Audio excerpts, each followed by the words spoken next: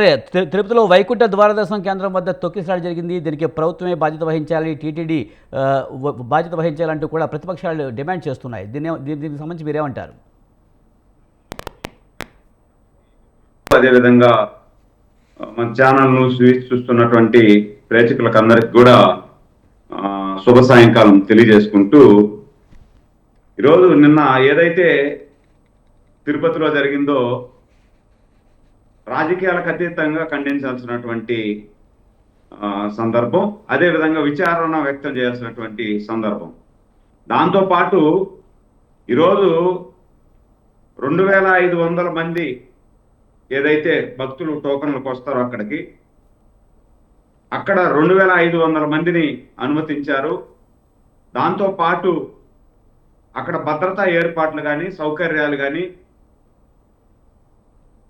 సరిగా చేయలేదు.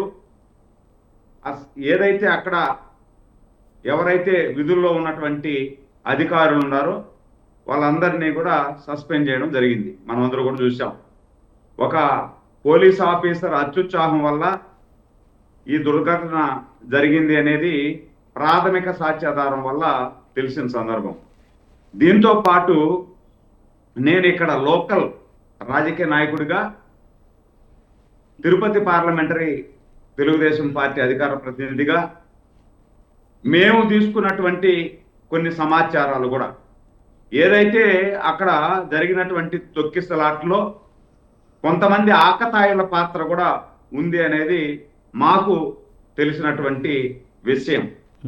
దీంతో పాటు మాకు ఏదైతే కొన్ని అక్కడ అనుమానాలు ఉన్నాయో ఈ అనుమానాలన్నింటినీ కూడా ప్రభుత్వం దృష్టికి లిఖితపూర్వకంగా ఇవ్వడం జరిగింది. ఈరోజు మధ్యాహ్నమే స్వయంగా నేను చంద్రబాబు గారికి మాకు ఉన్నటువంటి అనుమానాలు, ఏదైతే అక్కడ తొక్కిసలాట జరిగినప్పుడు లోకల్లో ఉన్నటువంటి కొంతమంది భక్తులు, మా వాళ్ళు కూడా భక్తులు కొంతమంది క్యూలో ఉన్నారు, ప్రత్యక్ష సాక్షులు ఇచ్చినటువంటి సమాచారం ప్రకారం కూడా ఒక నివేదిక తయారు చేసి మేము కూడా ఇవ్వడం జరిగింది.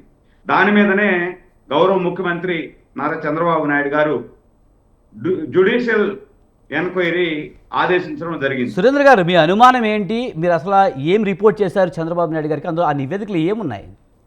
అదే సార్, ఇప్పుడు అక్కడ ఏదైతే ఇప్పుడు ఒక సేలం నుండి వచ్చినటువంటి ఒక మహిళ, ఆమెకి బ్రీతింగ్ ప్రాబ్లం రావడం ఇబ్బందిగా ఉంది అని చెప్పడంతో అక్కడ ఉన్నటువంటి సెక్యూరిటీ వాళ్ళు ఆమెని పక్కకు తీసుకెళ్లే సందర్భంలో గేటు ఓపెన్ చేసిన తర్వాత వేరే దగ్గర ప్లేసుల్లో అంతా కూడా టోకన్లు ఇచ్చేశారు, ఇక్కడ ఇవ్వలేదు అనే ఆలోచనలో భక్తులందరూ ఉండడం, ఎవరైతే ఈ గేటు ఓపెన్ చేసిన వెంటనే భక్తులందరూ కూడా టోకన్లు ఇస్తున్నారు అని చెప్పి ఒక్కసారిగా ముందుకు జరిగినప్పుడు అక్కడ కొంతమంది యువకులు వేలలు వేసుకుంటూ అరుచుకుంటూ వెనకాల ఉండే వాళ్ళని ముందుకు నెట్టడం, వెనకాల ఉన్నటువంటి వారిని ఒక్కసారిగా ముందుకు నెట్టినప్పుడు ఈ ముందుకు ఆ గేట్లు ఓపెన్ అయిపోయి అందరూ కూడా ఎవరైతే ఆ కింద పడిపోయారో వాళ్ళ మీద ఎక్కి దిగుతూ వెళ్ళిపోవడం.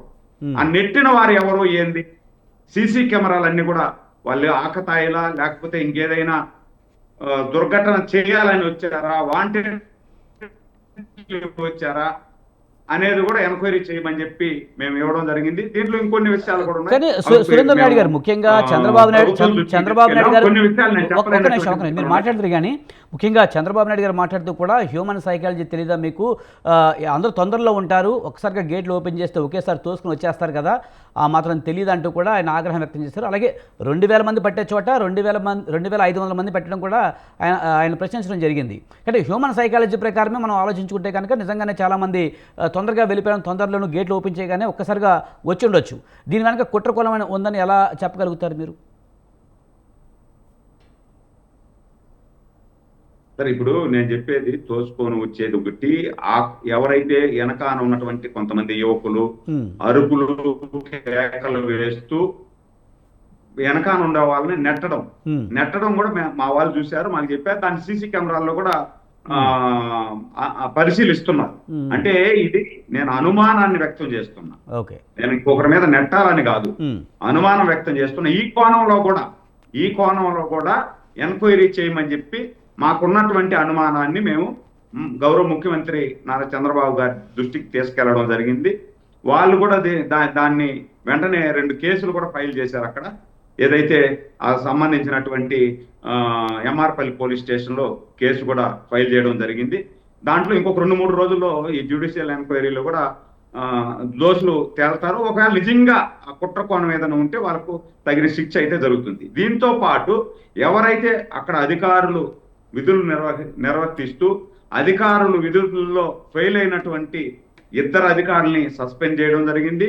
దాంతో పాటు ఎవరైతే అడ్మినిస్ట్రేషన్ చూస్తున్నటువంటి పోలీస్ అడ్మినిస్ట్రేషన్ చూస్తున్నటువంటి ఎస్పీ గారిని, అదేవిధంగా జేఈఓ గౌతమి గారిని, అదేవిధంగా టీటీడీ సివిఎస్ఓ శ్రీధర్ గారిని, వీళ్ళు ముగ్గురు కూడా అలసత్వం వహించారు అనే ఆరోపణతో, అంటే వీళ్ళ ప్రధాన పాత్ర యాక్చువల్లీ వీళ్ళు అక్కడ ఉన్నటువంటి వాటన్నిటిని కూడా కోఆర్డినేట్ చేసుకొని చేయాల్సినటువంటి అధికార యంత్రాంగం వీళ్ళ అలసత్వం వల్ల జరిగింది, వీళ్ళు సరిగా చేయలేదు అనే ఆరోపణతో వాళ్ళని ట్రాన్స్ఫర్ కూడా చేయడం జరిగింది. ఇవన్నీ ఒక ఎత్తు అయితే, ఏది ఏమైనా ఏదైతే దుర్ఘటనలో చనిపోయినటువంటి కుటుంబాలకి ప్రగాఢ సంతాపాన్ని, సానుభూతిని తెలియజేసుకుంటూ, ఏదైతే చనిపోయిన వారిని తిరిగి మేమైతే తీసుకొని రాలేం కానీ ఆ కుటుంబాన్ని మాత్రం గౌరవ ముఖ్యమంత్రి నారా చంద్రబాబు గారు 25 లక్షల ఎక్స్గ్రేషియా ప్రకటిస్తూ ఆ కుటుంబాన్ని అన్ని విధాల ఎవరైతే చనిపోయారో దుర్ఘటనలో ఆ కుటుంబాలని అన్ని విధాల ఆదుకుంటామని చెప్పి మాట ఇవ్వడం జరిగింది.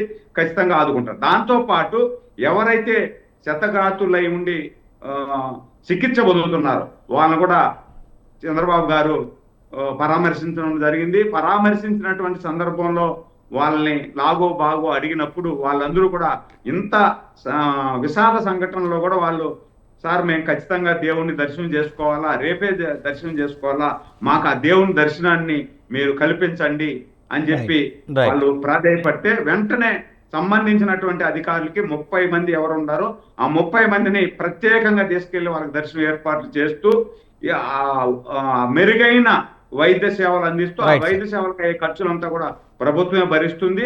దాంతో పాటు వాళ్ళని తీసుకెళ్లి ఇంట్లో వదులుతూ వాళ్ళకు కూడా కొంత అమౌంట్ ఎక్స్గ్రేషియా ప్రకటించాలని చెప్పి చంద్రబాబు గారు చెప్పడం జరిగింది.